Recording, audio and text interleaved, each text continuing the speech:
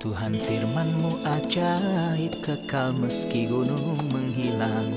Tiada huruf yang gagal, tak terpatahkan sia-sia. Hidup seperti-Mu ya Allah, lebih dari emas. Aku bersaksi kitab-Mu, kitab yang suci. Terdengarkan firman-Mu, hibur hati yang luka. Terangilah langkahku kemanapun ku pergi. Biarkanlah firman-Mu berkuasa atasku. Ubahkanku, bebaskanku, ku mau menyenangkan-Mu. Tuhan firman-Mu ajaib, kekal meski dunia. Ubah dan bebaskan aku, mau menyenangkan-Mu. Selamat datang pemirsa yang terkasih dan semua pemirsa dimanapun berada di episode baru dari program studi harian Semua Kitab Suci. Dalam program ini kita mempelajari Alkitab, semua kitab Tuhan, 66 kitab, dari kitab Kejadian sampai kitab Wahyu. Dalam pelajaran kita telah mencapai pasal 5 dari kitab Amsal yang ketiga, kitab puisi dalam Perjanjian Lama. Saya mendorong Anda untuk persiapkan Alkitab Anda dan kumpulkan keluargamu untuk mengikuti pelajaran bersama dengan kami. Dan jika Anda memiliki pertanyaan atau permohonan, kami menyambut setiap pertanyaan dan permohonan Anda.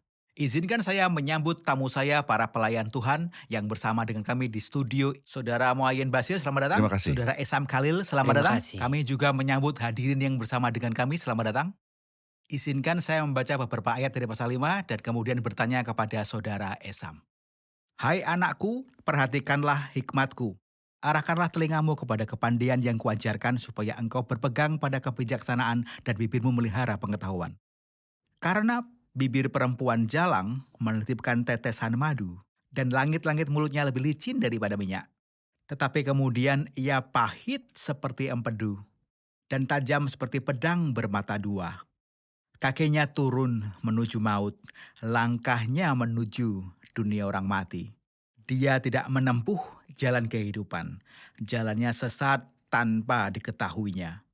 Sebab itu, hai anak-anak, dengarkanlah aku, janganlah kamu menyimpang dari perkataan mulutku. Jauhkanlah jalanmu daripada dia, dan jagalah menghampiri pintu rumahnya, supaya engkau jangan menyerahkan keremajaanmu kepada orang lain dan tahun umurmu kepada orang kejam. Supaya orang lain jangan mengenyangkan diri dengan kekayaanmu, dan hasil susah payahmu jangan masuk ke rumah orang yang tidak dikenal. Dan pada akhirnya engkau akan mengeluh kalau daging dan tubuhmu habis binasa. Lalu engkau akan berkata, mengapa aku benci kepada didikan dan hatiku menolak teguran. Mengapa aku tidak mendengarkan suara guru-guruku dan tidak mengarahkan telingaku kepada pengajar-pengajarku. Aku nyaris terjerumus ke dalam tiap malapetaka di tengah-tengah jemaah dan perkumpulan. Saudara Esam, apa komentar Anda atas peringatan yang ditujukan kepada pemuda tersebut? Melalui ayat-ayat yang telah kita baca tadi terhadap wanita terlarang. Jadi, dari satu sisi wanita terlarang adalah seorang yang bukan istrinya. Jadi bagi seorang pemuda yang sudah menikah, wanita terlarang adalah yang wanita belum menikah pun manapun selain sama istrinya. semua wanita yang bukan istrinya. Iya, Artinya wanita mana saja yang bukan istrinya di hadapan Allah. iya. Di sisi lain, saya ingin menarik perhatian kaum muda tentang arti kata-kata ini, yaitu dosa secara umum. Dosa. Jadi salah satu aplikasi eksplisit dari konsep wanita terlarang adalah dosa. Jadi wanita terlarang pada umumnya dalam Alkitab Amsal melambangkan dosa. Benar. Sederhananya dia berkata padanya, berhati-hatilah, ada beberapa bahaya.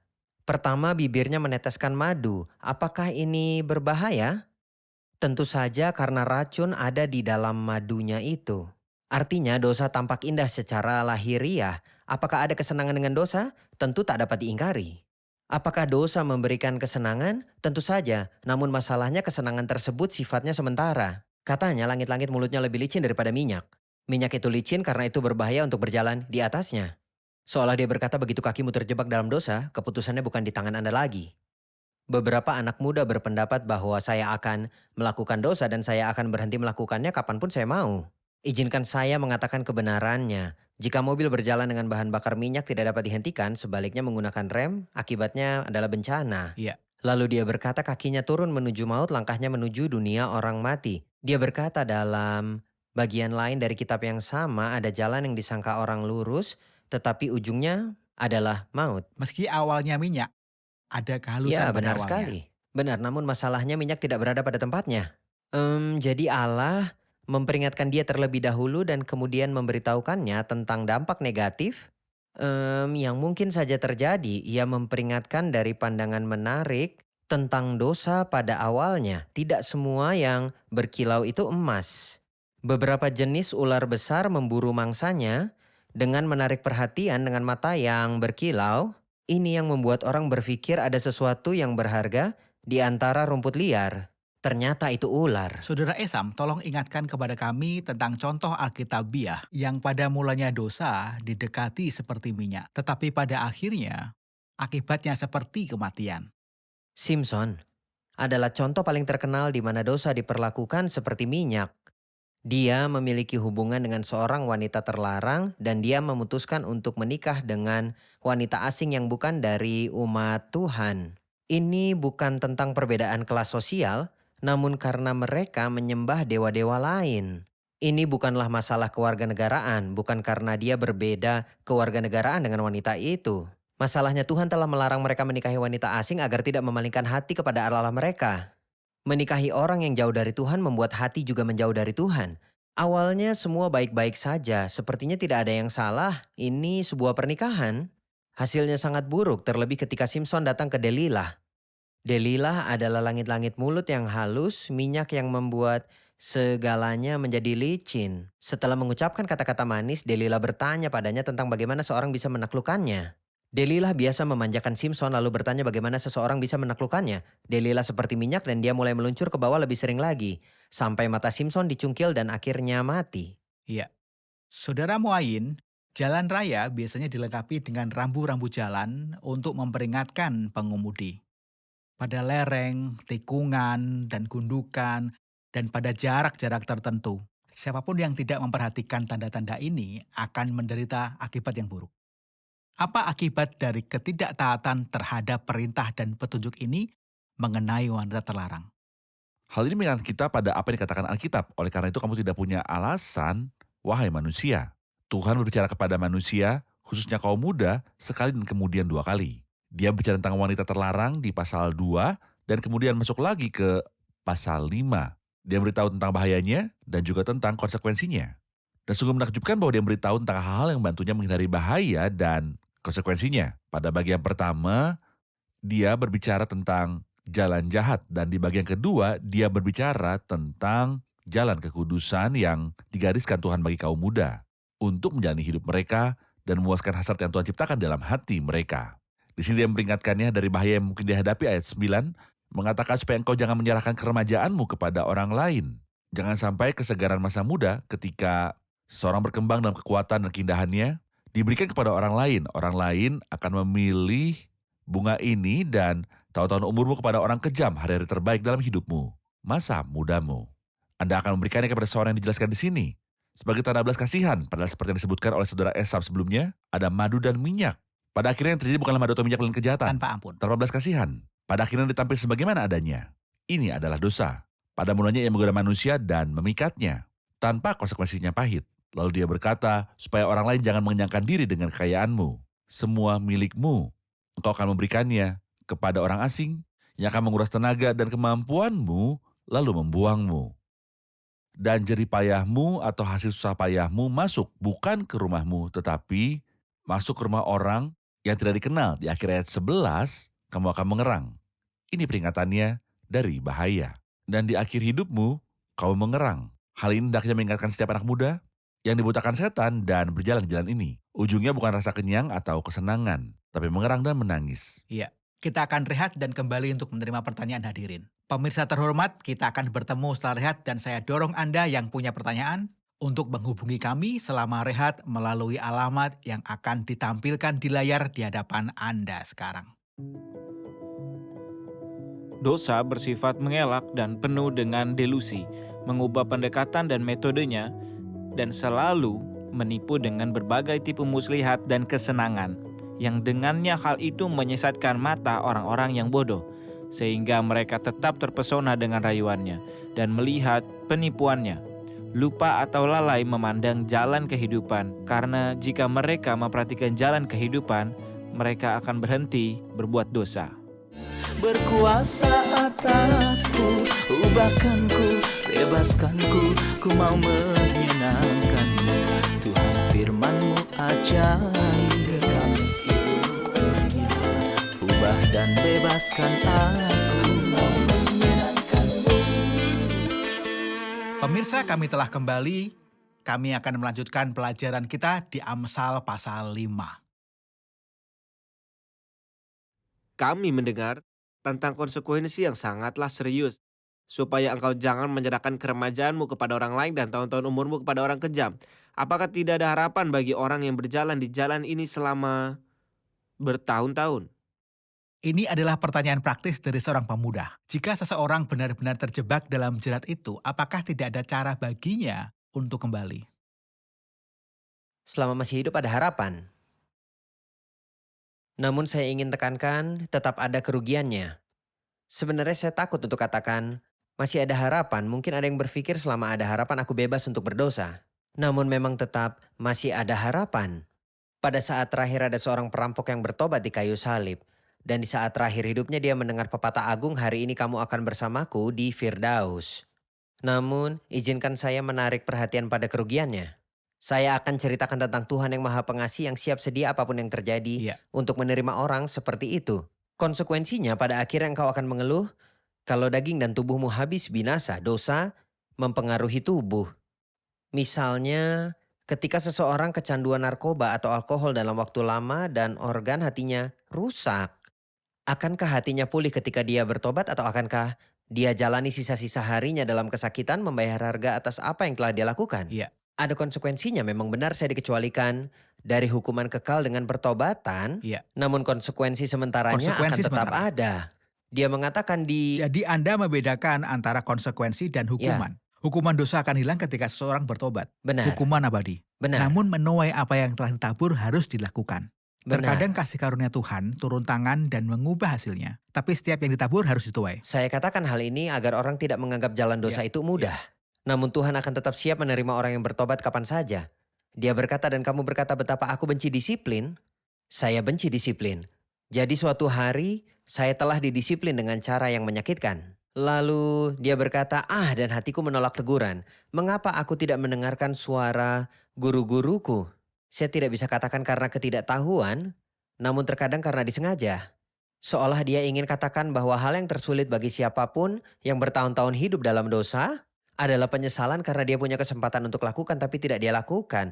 Hanya karena keras kepala, tapi sekali lagi saya akan katakan, Tuhan segala rahmat siap setelah bertahun-tahun yang hilang untuk memulihkan tahun-tahun yang telah dimakan oleh belalang yang berkerumun. Firman ini untuk mereka yang menyia-nyiakan waktu bertahun-tahun dalam kebodohan.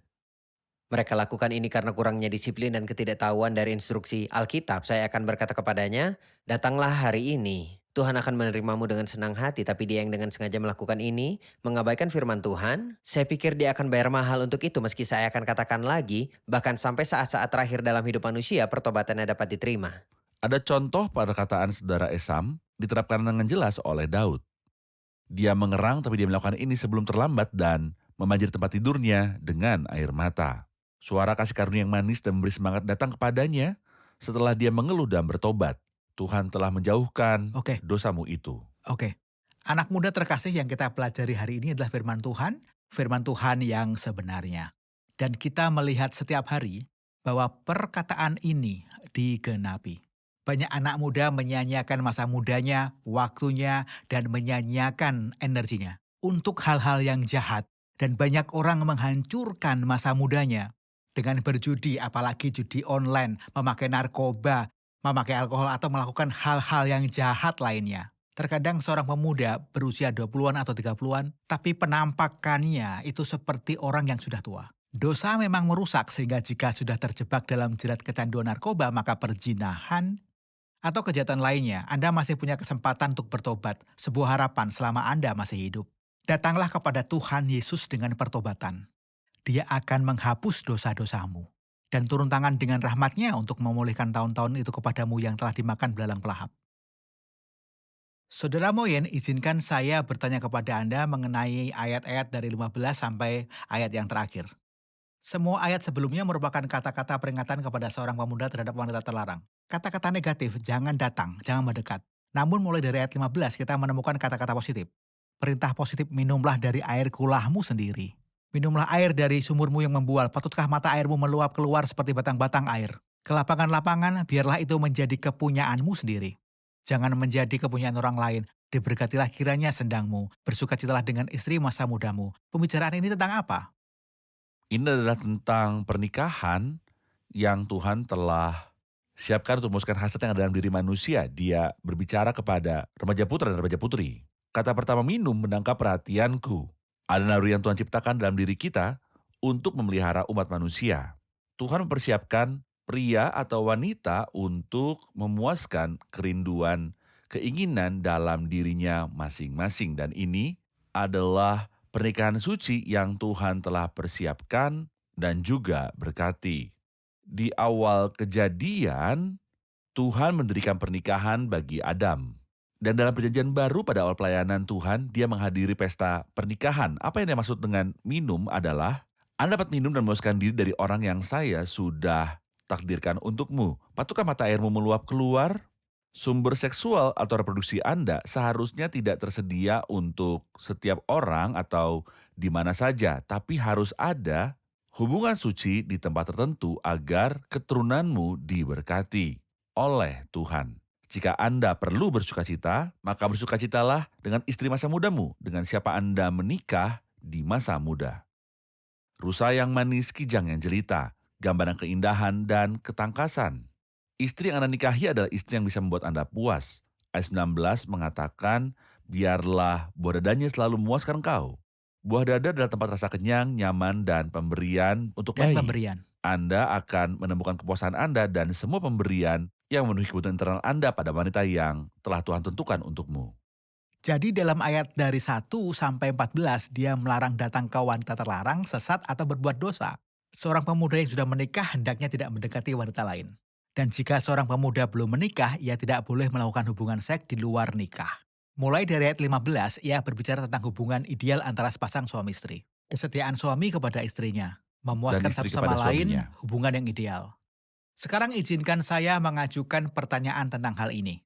Di sini dia berbicara tentang hubungan antara pria dan wanita dalam bingkai pernikahan, tapi ceritakan tentang pernikahan Kristen. Apa yang membedakan rumah tangga Kristen? Secara umum, tidak hanya dalam hubungan antara suami istri, tapi ciri-ciri rumah tangganya. Ini dibedakan oleh cinta dan ketaatan. Cinta untuk siapa dan ketaatan kepada siapa? Cinta suami kepada istrinya. Dia diperintahkan untuk mencintai karena dia pada dasarnya emosional. Dan istri diperintahkan untuk taat dan tunduk karena Hawa di Taman Eden diperintahkan untuk tunduk kepada Adam. Ketika suami mencintai istrinya tanpa menunggu ketundukannya. Dan ketika istri patuh dan tunduk tanpa menunggu balasan cinta suaminya, ini sebenarnya akan menjadi rumah tangga bahagia, di mana masing-masing pasangan memenuhi kebutuhan pasangannya. Apa yang Alkitab katakan tentang perintah suami mencintai istrinya? Alkitab berkata, hai suami, kasihilah istrimu. Dia mencintainya karena dia menerimanya dari Tuhan dan seharusnya dia bertanya kepada Tuhan sebelum dia menikah. Maka dia harus mencintai istrinya yang telah Tuhan tetapkan baginya karena ini adalah gambaran yang luar biasa tentang kesatuan Kristus dengan gereja. Hubungan Kristus dengan gereja, sebagaimana Kristus telah mengasihi jemaat dan telah menyerahkan dirinya baginya. Jadi rumah tangga kecil itu adalah gambaran indah dari kesatuan Kristus dan gereja. Suami mencintainya karena dia adalah hadiah dari Tuhan padanya. Dan istri tunduk padanya karena dia adalah kepala rumah. Kita akan rehat dan kembali menerima pertanyaan hadirin. Pemirsa terhormat, kita akan bertemu setelah rehat, tetaplah bersama kami. Ubahkanku, bebaskanku, ku mau menyenangkanmu. Tuhan firman-Mu ajaib, kami seluruhnya. Ubah dan bebaskan aku, mau menyenangkanmu. Pemirsa yang terkasih, kita telah kembali dan menerima pertanyaan dari hadirin. Saya perlu memahami ayat 21 yang mengatakan karena segala jalan orang terbuka di depan mata Tuhan dan segala langkah orang diawasinya. Apa artinya segala langkah orang diawasinya? Saudara Esam, kita perlu tafsiran untuk ayat 21. Seperti biasa jika ingin memahami satu ayat Anda harus pahami kata-katanya. Kata mengawasi artinya menimbang atau mengevaluasi sesuatu. Seperti yang telah kita sepakati, Amsal adalah salah satu kitab puisi. Ya. Karena itu ia gunakan gambaran sastra. Ketika saya menimbang sesuatu, saya akan mampu untuk menentukan nilainya. Saya bisa Mungkin mengevaluasinya. Anda melihat sesuatu yang tampaknya besar. Jadi menurutmu itu berharga, namun kukatakan, timbang dan lihat harga bahannya, saya akan beritahu Anda nilainya. Jadi Salomo bermaksud mengatakan di sini bahwa Tuhan adalah satu-satunya yang dapat memeriksa secara menyeluruh cara-cara kita dan mengevaluasinya. Saya ingat ketika kita berada di sekolah dasar, setiap orang biasa meregangkan bahunya agar terlihat lebih tinggi dari yang lain. Masing-masing mengukur dirinya Ya, versus orang lain. benar. Setiap orang merasa yang paling tinggi. Karena semua orang menipu dirinya sendiri. Bukankah ada orang yang lebih tinggi darimu? Dengan cara inilah semua orang mengklaim Iya, yang bahwa dialah tertinggi. yang paling tinggi. Tentu ini kekanak-kanakan, namun ketika seseorang mencapai pemikiran yang matang, dia tahu bahwa ada standar yang harus diukur. Siapa yang mengukurnya? Tuhan. Siapa yang periksa jalannya? Tuhan. Jadi ia ingin katakan jangan tertipu dengan apakah kamu menyenangkan orang atau tidak. Atau apakah Anda menyenangkan diri sendiri atau tidak. Hanya Tuhanlah yang menilai jalan-jalan. Yang dapat memberitahu apakah segala sesuatunya benar atau salah, yang memberitahu Anda bagus sekali atau Anda mendapat 0. Dan siapa yang dapat menilai Anda dengan cara yang tepat? Ini sangat penting bagi semua orang. Ingatlah bahwa apapun yang dia lakukan dilakukan di hadapan Tuhan. Dulu pada zaman Raja Israel dan Yehuda ada laporan tentang masing-masing dari 39 raja. Apakah dia lakukan yang benar di Dari mata Tuhan. Tuhan?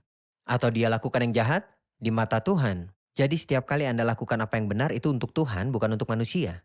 Juga setiap kali melakukan kejahatan bukanlah orang yang marah. Manusia mungkin marah karena hal benar dan senang karena kejahatan, tidak masalah. Yang terpenting bagi saya adalah ukuran standarnya dan hasilnya. Orang fasik tertangkap dalam kejahatannya dan terjerat dalam tali dosanya sendiri. Dia yang berpikir dia benar, tidak memperhitungkan Tuhan, dan menganggap dirinya sempurna akan berkata, saya tidak pernah menyangka hal ini akan terjadi karena saya tidak mempertimbangkan apa yang akan terjadi. Jika Anda pertimbangkan standar Tuhan dan izinkan dia mengawasi jalanmu, Anda tidak akan tersandung pada masalah seperti itu. Dia simpulkan dengan kata-kata yang sangat serius, dia mati karena kurang disiplin. Karena dia tidak terima disiplin, tidak menerima Tuhan untuk perbaiki langkahnya. Dan karena kebodohan yang besar, dia tersesat. Ini berarti dia akan terlantar karena kebodohannya yang besar, seolah-olah dia memang tunawisma. Oke. Kata karena di awal ayat yang ke-21 membawa kita kembali ke dua bagian yang kita bicarakan. Iya. Dari ayat 1 sampai 12 kita bicarakan tentang kehidupan yang fasik dan najis. Dan dari ayat 15 sampai 20 tentang kesucian dalam hubungan perkawinan. Dan kemudian dia berkata, Kesimpulannya. iya, kesimpulannya adalah agar mata Tuhan melihatmu dimanapun Anda berada. Dari Gimana ayat ini, bagi Saudara dirinya? Moyen, karena segala jalan orang terbuka di depan mata Tuhan, saya ingin mendapatkan kata-kata penyemangat bagi orang-orang yang ingin taat dan peringatan bagi mereka yang sangat gegabah. Bagaimana saya bisa katakan bahwa mata Tuhan melihat mereka? Aku akan berkata kepadanya, hati-hatilah apapun yang kamu lakukan atau pikirkan dan kemanapun kamu pergi. Mata Tuhan tertuju padamu, kamu harus membuat keputusan yang tepat. Apa yang dilihat salah, Anda harus menyebutnya salah dan untuk menghindarinya. Dan apa yang benar, kamu harus melakukannya meskipun orang lain mengatakan itu salah.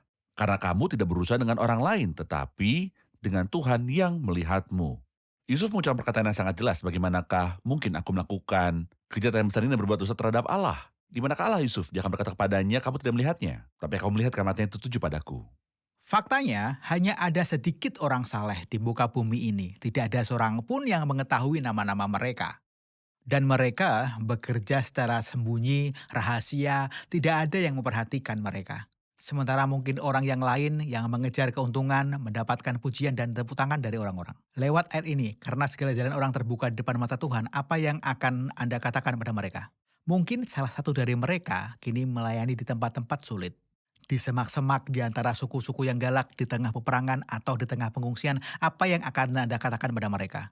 Aku akan berkata kepadanya, jangan menunggu apresiasimu dari orang-orang, dan jangan khawatir tentang cara mereka memandangmu dan apakah mereka menghargai Anda atau tidak.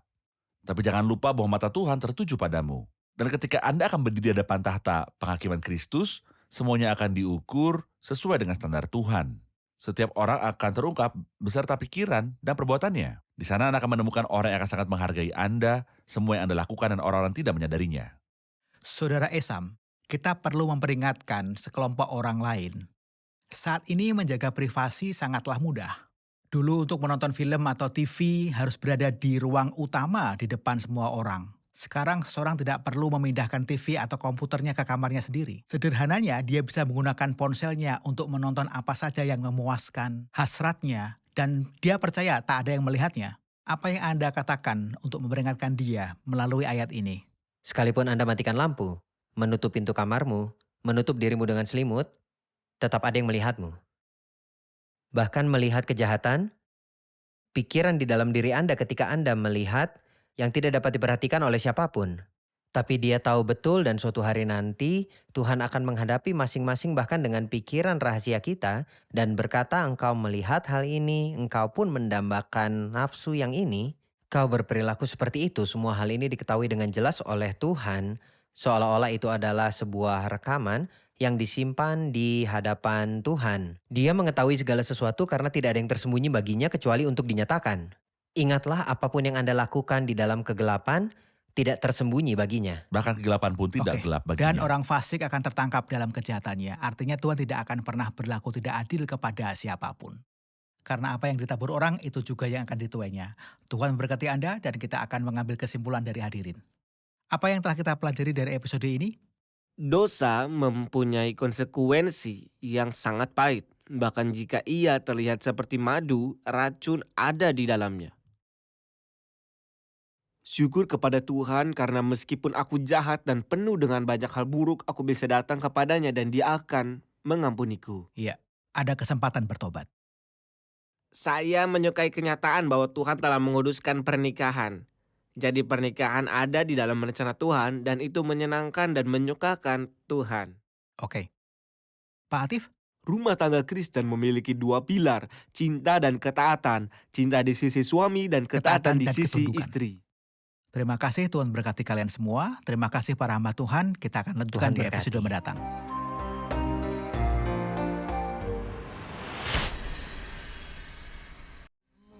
الوافي الدفيء فهو بالحب مليء ضامني حتى تجيء من كل ما يروع باركا قلبي الشكور حين أعطي بسرور ليس عشرا بل عشور لربنا يسوع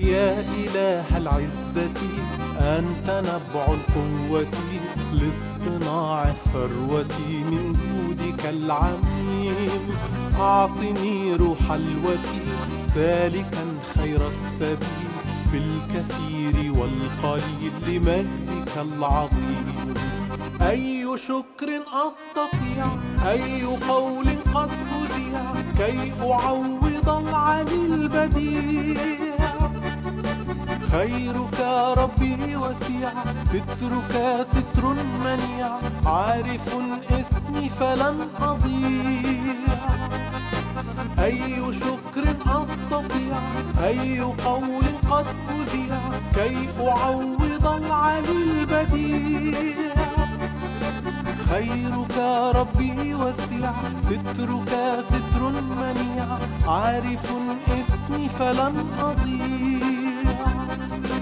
حضنك الوافي الدفيء فهو بالحب مليء ضامني حتى تجيء من كل ما يروع باركا قلبي الشكور حين أعطي بسرور ليس عشرا بل عشور لربنا يسوع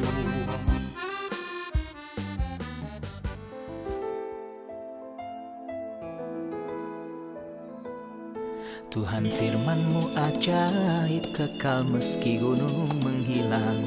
Tiada huruf yang gagal tak terpatahkan siasat. Hidup seperti-Mu ya Allah, lebih dari emas. Aku bersaksi kitab-Mu, kitab yang suci. Mendengarkan firman-Mu, hibur hati yang luka. Terangilah langkahku kemanapun ku pergi. Biarkanlah firman-Mu berkuasa atasku. Ubahkanku, bebaskanku, ku mau menyenangkan-Mu. Tuhan firman-Mu ajaib, kekal meski gunung. Ubah dan bebaskan aku.